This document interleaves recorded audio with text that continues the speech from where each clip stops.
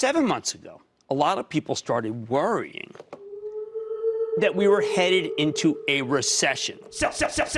Why? Because with that last rate hike from the Federal Reserve, we got what's known as an inverted yield curve, where short-term interest rates are higher than long-term rates. An inverted yield curve is a well-established signal that a recession is coming.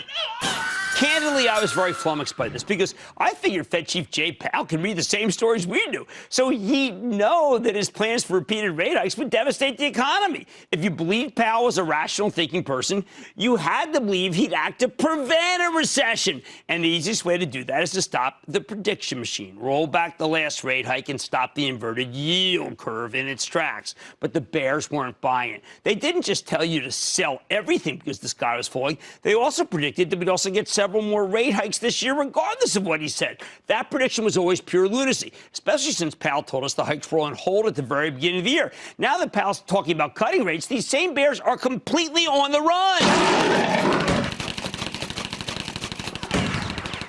They desperately needed stocks to come back down because they've fallen so far behind the red-hot averages. But they don't even know what could make them go down now. It sure didn't happen today. These bearish money managers may have very large investors committed to them, so maybe their funds will be fine. Perhaps they're already so darn stinking rich themselves, so you don't matter. But what I don't like is that these commentators are never, ever going to have any accountability. We never hold billionaires accountable.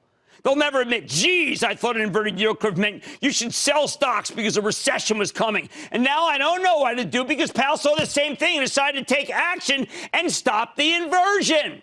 They'll never be called out on it because they simply aren't individually important enough to be worth chastising, and they don't care about you. But you have to wonder what will drive the bears to disparage the market next. What are they going to use to scare you out of stocks? Earnings? That's what? Specifically, disappointing earnings. They see weakness, and they're telling you that stocks will go down. When you get that weakness, then you better fly out of here. You better skedaddle. However, there are two problems with that line of thinking.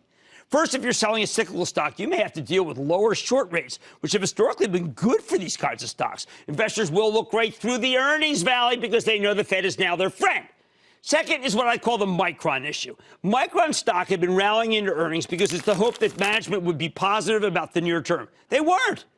They were positive about the long term. What happened? The stock then exploded from 32 to 44 in a matter of weeks. Keep in mind this move occurred without any tangible sign from the Chinese that they're going to buy more Micron semiconductors. Investors look through those valleys. They brace for troughs because the Fed is their back. As the late, great market master Marty Zweig used to say, you don't fight the Fed. You do not fight the tape. Now, I'm not saying that all the earnings we're going to get this week will be strong. Certainly not. But do I think the reactions to weak earnings will be negative?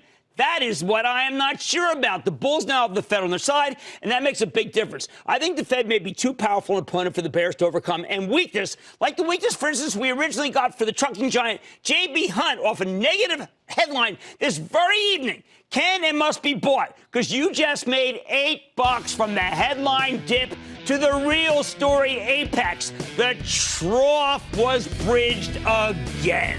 Stick with Cramer.